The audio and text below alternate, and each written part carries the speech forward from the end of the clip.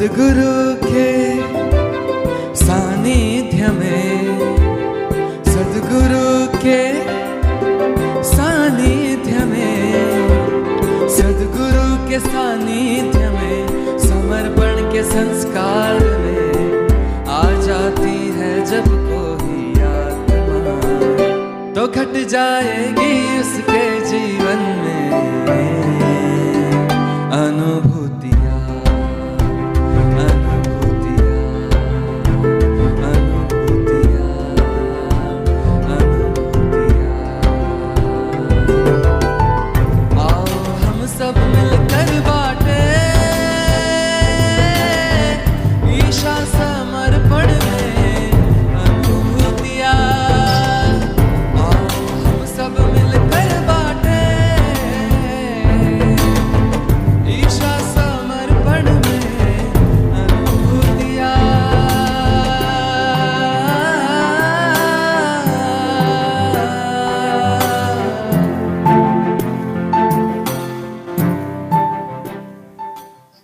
जय बाबा स्वामी। परम पूज्य गुरुदेव और वंदनीय गुरु माँ को कोटि कोटि वंदन। मैं डॉक्टर कुलदीप जानी, मैं भावनगर से जुड़ा हुआ हूँ। मैं 2008 से समर्पण ध्यान परिवार से जुड़ा हुआ हूँ। मैं 12th साइंस में पढ़ता था और 12th साइंस में मैं फेल हो गया था और उसी वक्त भावनगर में समर्पण का शिविर हो रहा था और मेरी बहन ने मुझे वहाँ जाने के लिए भेजा और मैं इस शिविर को अटेंड किया। उस शिविर में बहुत ही आनंद आया, लेकिन मैंने शिविर के बाद ध्यान नहीं किया और मेरी सब बहन ध्यान करती थी और मैं ध्यान नहीं करता था और सब भला बुरा भी स्वामी जी को कहता था। और धीरे धीरे मेरी 12th साइंस की एग्ज़ाम जो मैं फेल हुआ था, जो दूसरी बार देने की थी, वो नज़दीक आ गई थी। तो उस समय मेरा ट्यूशन में एक पेपर था, उनमें मुझे फिज़िक्स में सिर्फ 15 मार्क आए थे। तो मेरी बहन ने कहा कि इस स्वामी जी का सूक्ष्म शरीर का फ़ोटो साथ में लेकर जा, तो मैंने मना कर दिया। तो उन्होंने बार बार कहा, तो मैंने ऐसी शर्त रखी कि मुझे 70 मार्क आएंगे तो मैं ही स्वामी जी को मानूंगा। और बाद में मुझे इस पेपर में 85 मार्क आए। तो मुझे लगा कि इस बाबा में कुछ तो है। ऐसे भौतिक रूप में मैं स्वामी जी को पहले मानता था और बाद में समर्पण में मैं जुड़ गया और मैं 12th साइंस में भी 70% ला कर आया और बाद में मेडिकल में एडमिशन लेने के लिए अप्लाई किया। और जब एडमिशन लेने गए हम, तब वहाँ 8 बजे हम पहुँच गए थे और भावनगर में एडमिशन लेने के लिए सिर्फ 28 सीट ही बाकी थी। उस समय मेरी बहन ने प्रार्थना धाम में प्रार्थना लिखवाई और मेरे एडमिशन लेने के बाद सब सीट फुल हो गई। और बाद में मैं दर्शन शिविर में सब बहुत गुरु कार्य किया। गुरु कार्य बहुत करता था, लेकिन स्वामी जी को मानता नहीं था। और 2013 में शिरडी में शिविर का आयोजन हुआ था और मेरी बहन ने गुरु कार्य के लिए मेरा नाम ज़बरदस्ती लिखवा दिया और 7 दिन शिविर का समाप्त हुए और 8वां दिन समाप्त हुआ। और उस समय पादुका नमस्कार की विधि चल रही थी। उस नमस्कार विधि में मुझे पहली बार स्वामी जी का एहसास हुआ और चंदन और गुलाब की खुशबू आने लगी और मैं रोने लगा। पहली बार मुझे स्वामी जी के पास अच्छा लगा। तकरीबन 5 साल बाद मुझे स्वामी जी का गुरु कार्य करता, 5 साल से गुरु कार्य कर रहा था, लेकिन स्वामी जी को मानता नहीं था। बाद में मैं कुछ स्वामी जी को मानने लगा और ये पहली ऐसी शिविर थी शिरडी में 2013 में, जो मैंने स्वामी जी को दिल से माना। बाद में भी गुरु कार्य करता रहा और इस शिरडी 2013 के शिविर की एक अनुभूति है। उसमें हम लोग को ग्रुप में डिवाइड कर दिया था और अलग अलग गांव में जाकर, अलग अलग रोड पर जाकर बैनर चिपकाने थे। और एक दिन में और सब ग्रुप अलग अलग डिवाइड हो गए थे और शाम को हम बैनर चिपकाने ले गए थे।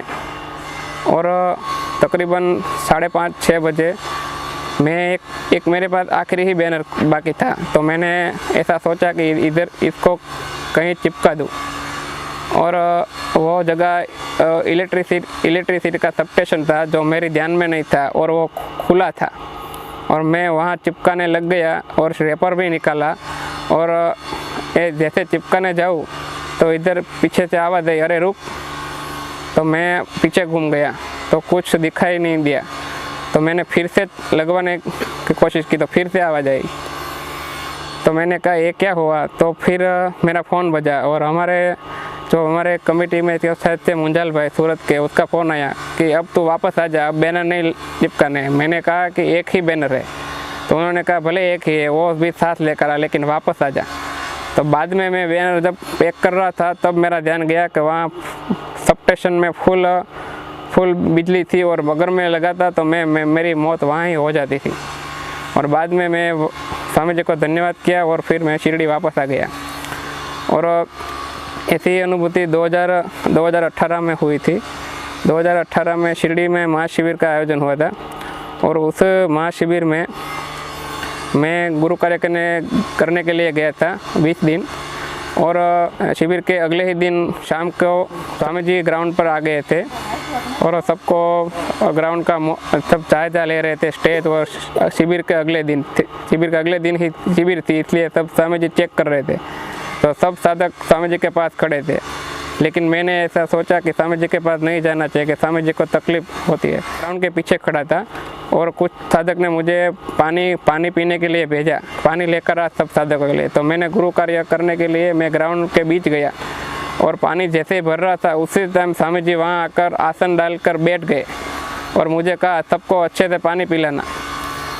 जब हिमालय का समर्पण भाग 1 आया था तब हमारी फाइनेंशियल कंडीशन अच्छी नहीं थी, तो मेरी बहन ने किसी और साधिका के पास से ग्रंथ पढ़ा और सबने बहुत अच्छा लगा इस ग्रंथ पढ़कर। लेकिन मेरी बहन ने कहा कि हमारे पास ग्रंथ लेने के तो पैसे नहीं है, तो इसका क्या कर सकते हैं। और तकरीबन 20-25 दिन के बाद एक दिन दोपहर को कुरियर वाले भाई आए और उन्होंने कहा कि तुम्हारा कोई कुरियर आया है। तो कुरियर खोला तो मल्टीमीडिया की मुंबई की ओर से हमारे घर में स्वामी जी का हिमालय का समर्पण भाग योग मुंबई से आया था और ये हमारी बहुत अच्छी अनुभूति है। आज ही वो ग्रंथ हमने संभाल कर रखा है। पूज्य गुरुदेव की कृपा में 14वें गगनयान अनुष्ठान के लिए स्वामी जी ने गुरु कार्य करने का मौका दिया है। उसमें मैंने समर्पण ज्ञान में 12-13 साल से जुड़ा हूँ और सबको अनुभूति सुनी थी। किसी को ओम दिखाई दे रहा है, लेकिन मुझे कभी दिखाई नहीं दिया था, तो मैं इसे मानता नहीं था। लेकिन मैं एक दिन पूरा नए गुरु शक्ति धाम के सीढ़ी पर बैठा था और ऐसे सोच रहा था सबको ओम दिखाई दे रहा है, मुझे ही नहीं दिखाई दे रहा है। तो मैं ऐसे आकाश में देखकर बैठा था। उसी समय मेरा ध्यान गया तो पुरानी यज्ञशाला के ऊपर बड़ा सा ओम दिखने लगा। तो पहले मैंने बुद्धि लगाई कि ये सब गलत होगा, तो ये चला गया। फिर बाद में मैंने स्वामी जी को प्रार्थना की कि मेरे से गलती हो गई, तो बाद में फिर से ओम दिखने लग गया और चंदन और गुलाब की बहुत अच्छी खुशबू आने लगी और तकरीबन 3-4 मिनट तक ये मुझे दिखाई दिया। और एक ऐसी अनुभूति ये है कि मैंने गगनयान अनुष्ठान के लिए अंदर से फॉर्म भरा था, लेकिन मेरा सिलेक्शन नहीं हुआ था। तो मुझे ये बहुत दुख था कि मैं आश्रम के अंदर की सिक्योरिटी और सब कुछ नहीं कर सकता हूँ। लेकिन मेडिकल में मुझे नाइट का गुरु कार्य मिला और मैं नाइट में गुरु कार्य कर रहा था। तो सोचता था कि ये लोग कितने भाग्यशाली है कि स्वामी जी के आसपास सिक्योरिटी कर रहे हैं और मैं नहीं कर पा रहा हूँ।